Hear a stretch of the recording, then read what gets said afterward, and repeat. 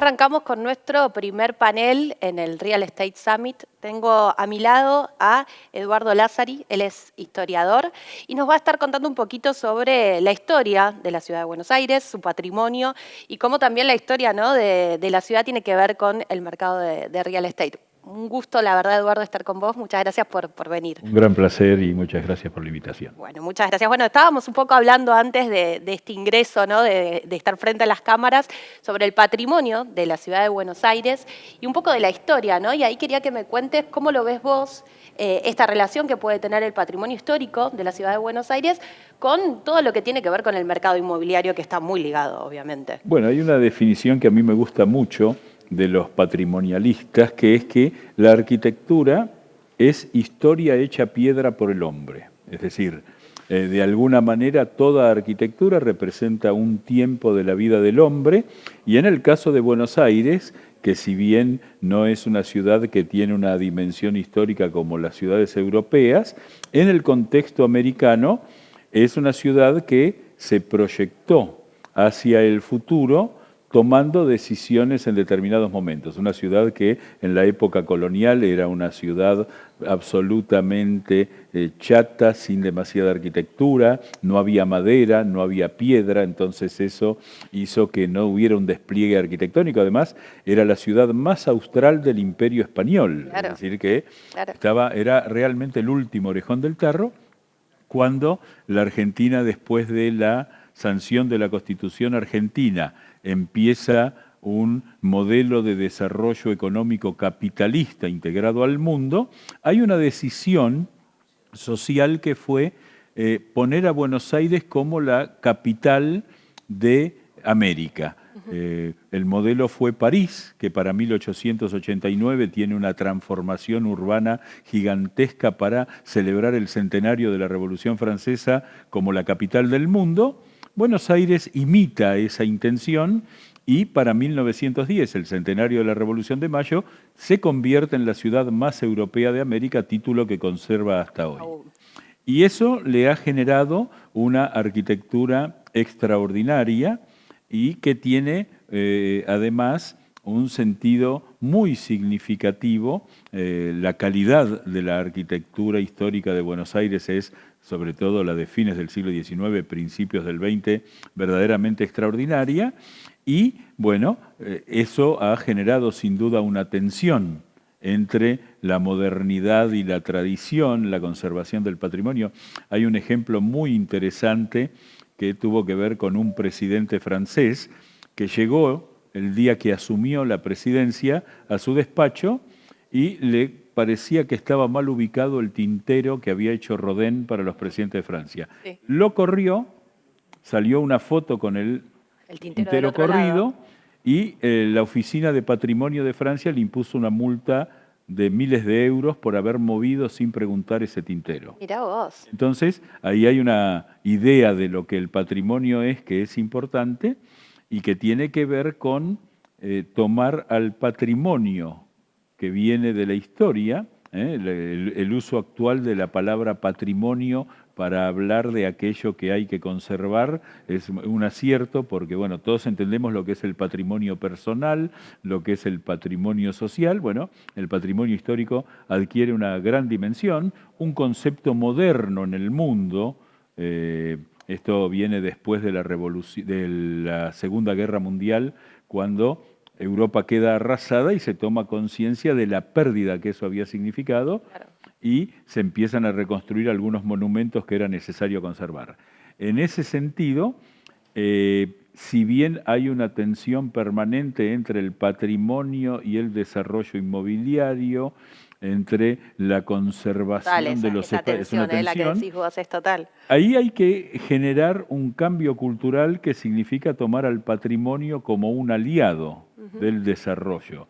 El ejemplo más categórico que ha tenido Buenos Aires en ese sentido ha sido el desarrollo de Puerto Madero, que fue un conflicto urbano que durante 60 años no se resolvió, era una zona abandonada, los que ya como en mi caso ni siquiera canas peinamos, y cruzar a la costanera sur era toda una epopeya, estaba todo cerrado, y una interesante imagen de preservación de espacios bellos, con edificios de gran valor arquitectónico y gran valor edilicio, porque son edificios nobles, bueno, generó una gran recuperación. Y siempre la ciudad va teniendo abordajes diferentes, la colaboración público-privada es esencial, no tiene que plantearse, a mi entender, desde el conflicto de intereses cada vez que se va a plantear un desarrollo, sino desde un acuerdo, Una donde colaboración. una colaboración donde cada uno respete su ámbito. Entonces, en Buenos Aires tenemos ejemplos categóricos de eso. Hablábamos fuera del aire de algunos rincones. Por ejemplo, uno encuentra Palermo Viejo, una tendencia que yo creo que no es buena para el desarrollo urbano, es cambiarle el nombre a las cosas, ¿no? Es como si Palermo tiene además Hollywood viejo, tiene tanto subbarrio dentro del barrio claro, que es ya increíble. habría que recuperar el viejo Villa Alvear, el Claro. Villa Maldonado, pero digamos, eso, esa es otra discusión. Pero los nombres, si yo ahora te digo a vos Camila, vos no te sentís identificada. No, Si claramente. Palermo Viejo pasa a ser Palermo Hollywood, tampoco sentís Estamos sacando la identificación. identidad del barrio. Exactamente. Pero es un extraordinario ejemplo de cómo podemos discutir si en todos los casos se dio, si no, si se permitieron cosas que no debieron permitirse, pero cómo la arquitectura noble de esas casas que la clase media argentina en los años 20 y en los años 30 hizo, hoy son las fachadas de un lugar que se convirtió en una atracción turística, en un polo de desarrollo económico muy importante para la ciudad. Y hay otros casos, por ejemplo, en el caso de Flores, que perdió mucho de su arquitectura tradicional y le ha costado más volver a recuperar ciertas funciones. Entonces, si uno toma el patrimonio como un aliado, ahí podemos pensar en algunos desafíos importantes, como es el caso del microcentro, digamos, ese sector del casco histórico Claro. que se había reconvertido en la City, ¿no?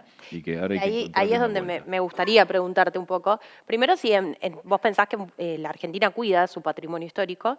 Y segundo, ¿qué puede llegar a pasar con el microcentro? Porque lo hablábamos también fuera de las cámaras. Hoy el microcentro tiene mucho potencial y tiene que reconvertirse sí o sí. Eso lo dejó en evidencia la pandemia. Pero digo, bueno, ¿cómo lo ves vos en Bueno, tus yo ojos de creo que historiador también? bueno, como historiador hay, digamos, hay un dato importante, yo calculo que lo que voy a decir ahora va a causar pánico, porque en la Argentina existe una ley Sí. que impide tocar cualquier construcción que tenga más de 100 años, privada o más de 50 estatales, sin el concurso de la Comisión Nacional de Monumentos y Lugares Históricos, un organismo que debe ser potenciado para cumplir su tarea, ¿no? ¿Y eso se cumple? No, no, en absoluto, ¿no? El ejemplo más categórico fue la destrucción patrimonial de la Casa de Gobierno, la Casa Rosada, en la que no se respetaron ninguna de las pautas de conservación, de conservación histórica, de conservación edilicia, de conservación artística. El otro día tuve el gusto de poder hacer un vuelo en helicóptero sobre la ciudad. Qué lindo. Y ver el viejo helipuerto de la casa convertido en un lugar con paneles solares. Yo entiendo el cambio climático, pero no sé si la Casa Rosada debe sufrir esa agresión patrimonial. Porque desde el punto de vista patrimonial, hoy vemos brillos que brotan desde la casa y demás. Entonces, eso no se cumple, pero en una cooperación público-privada con un marco legal que hay que modernizar, yo creo que se puede avanzar mucho. En general, el mejor momento de lo que hoy llamamos patrimonio argentino se dio cuando hubo normas claras, hubo una actuación del Estado haciendo edificios digamos, propios de gran valor, como podemos hablar del Teatro Colón, podemos hablar de tribunales, podemos hablar del Palacio del Congreso, la concreción de las grandes avenidas, y los privados entendieron ese espíritu y entonces hubo logros arquitectónicos como la Avenida de Mayo. En la Avenida de Mayo todavía sobreviven algunos viejos hoteles y uno piensa, bueno, con una reglamentación adecuada, cómo la Avenida de Mayo no va a tener hotelería, que es Claro, obvio. fantástica, y creo que la adaptación, por ejemplo, el gran desafío del microcentro es el cambio de uso. Ujú. Venimos de un uso absolutamente institucional, corporativo Oficinas, y 100%. oficinas comerciales o, bueno, bancarias. Hay sedes de bancos que están cerradas, edificios maravillosos. No hay en el mundo demasiadas concentraciones arquitectónicas como la de la City de Buenos Aires con ese uso. Bueno, la adaptación de esos edificios, esta es una opinión, tiene que venir por parte de la propuesta privada, es decir, quien va a usarlo, en general, las intervenciones del Estado determinando los cambios de uso y sobre todo las adaptaciones de algunas zonas que fueron agredidas, por ejemplo, lo que hoy constituye ese corredor que iba a ser la autopista, que era la continuidad de Claro, la Panamericana, sí.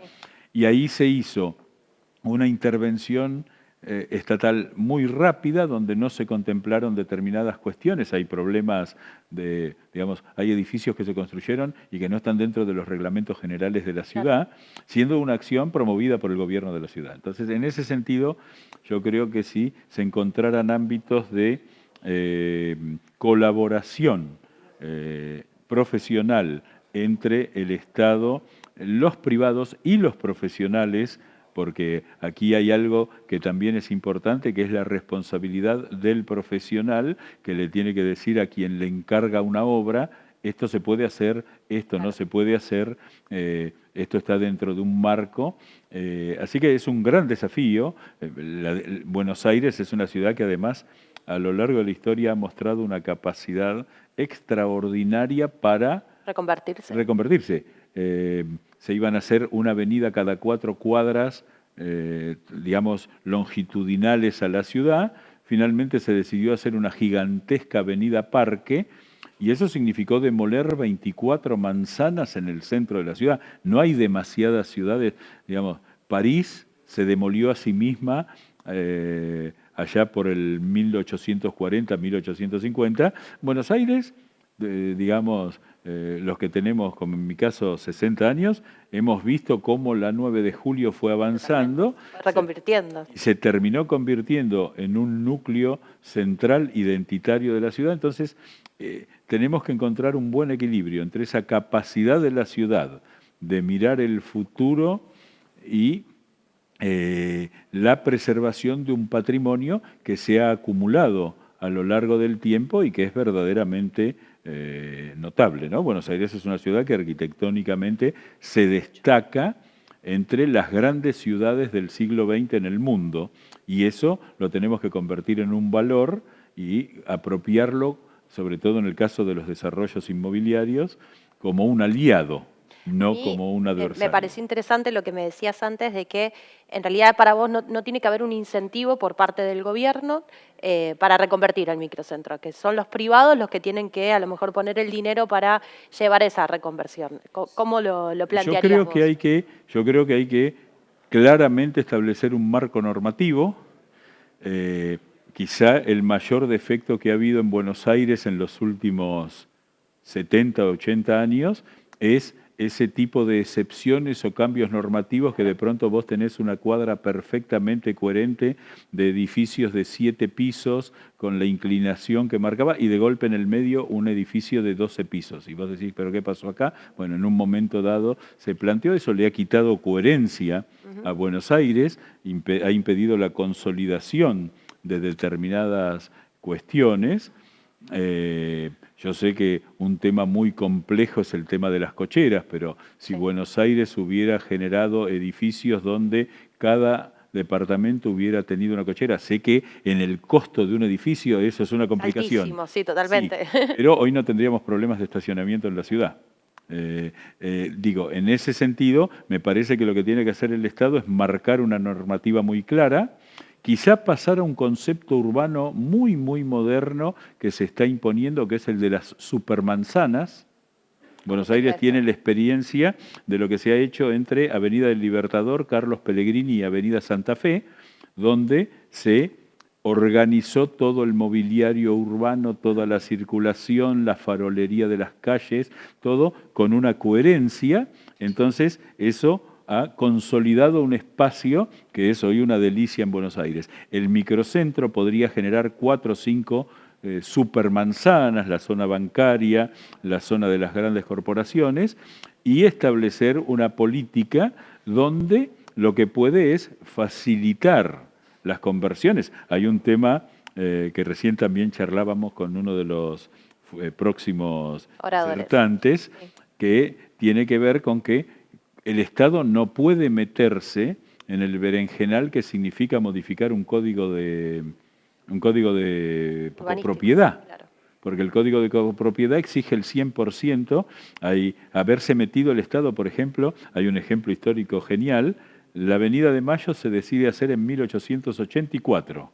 Se terminó en 1897. El último juicio de expropiación, por lo mal que se hicieron algunas cosas, se pagó en 1947. Claro, casi 100 años después. Entonces, digamos, esas intervenciones del Estado terminan no siendo gratis porque no se tiene el concepto. Además, la Argentina funcionó muy bien cuando el Estado marcaba reglas claras y los privados hacían las Parte, obras. digamos, Exactamente, claro. ¿no? Así que en ese sentido creo que hay que plantear el tema de la infraestructura, el tema de lo que va a ser la ciudad para que ese espacio sea luminoso, generar actividades. Y sea seguro, tenga espacios verdes, o sea, Sí, sí. es reconvertirlo 100%. Claro, por ejemplo, voy a poner un caso que va a sonar extraño.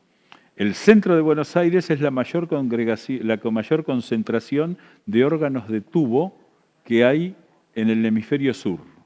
¿Sí? Buenos Aires es una de las ciudades que más órganos de tubos tiene en las iglesias, ¿no? Ustedes me dirán, bueno, por ejemplo, en el mundo suelen darse conciertos de órgano cada 2 horas en lugares diferentes todos los días. Y eso genera un movimiento, y vos ahí tenés organistas que desean que los órganos funcionen, Claro, obvio. iglesias que desean que esté abierta la iglesia, espacios públicos que necesitan movimiento. Hoy día uno va un sábado, un domingo, que es el día que se puede ir al microcentro, prácticamente no hay un lugar donde tomar un café. No, claro. Y uno llega a caminar cuadras. Bueno, toda esa motivación sí puede ser la articulación que haga el Estado, pero tienen que ser, a mi entender, propuestas privadas que suelen ser las mejores porque son las que tienen en cuenta los intereses que hacen a los propietarios, a un posible inquilino y A la vida, fundamentalmente digamos. a la vida de la gente, exactamente. Perfecto. Bueno, Eduardo, la verdad te seguiría haciendo 1000 preguntas. Es Muchas sumamente gracias. interesante escucharte. Te agradezco muchísimo por haber participado de nuestro evento. Y bueno, a ustedes les digo que sigan ahí, que nos sigan acompañando, que hay mucho más del Real Estate Summit.